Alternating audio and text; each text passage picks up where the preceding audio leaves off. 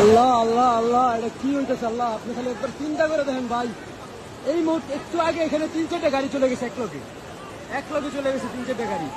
এই speed boat দিয়ে 2-3 জন উদ্ধার করছে, আর কয়েকজন ভাইসে গেছে এদিক দিয়া।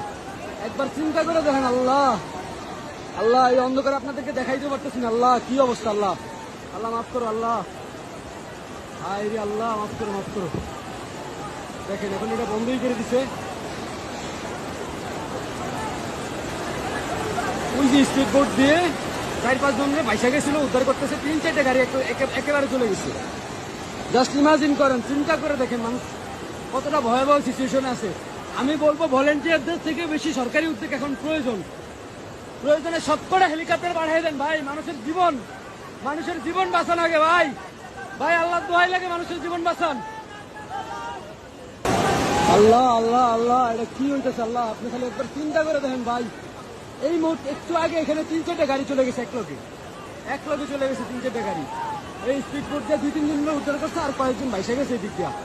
একবার চিন্তা করে দেখেন আল্লাহ আল্লাহ, এই অন্ধকারে আপনাদেরকে দেখাইতে পারতেছি না। আল্লাহ কি অবস্থা, আল্লাহ আল্লাহ মাফ করো, আল্লাহ হায় রে আল্লাহ, মাফ করো মাফ করো। দেখেন এখন এটা বন্ধই করে দিছে।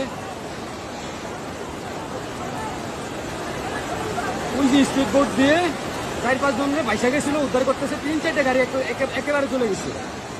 জাস্ট ইমাজিন করেন, চিন্তা করে দেখেন মানুষ কতটা ভয়াবহ সিচুয়েশনে আছে।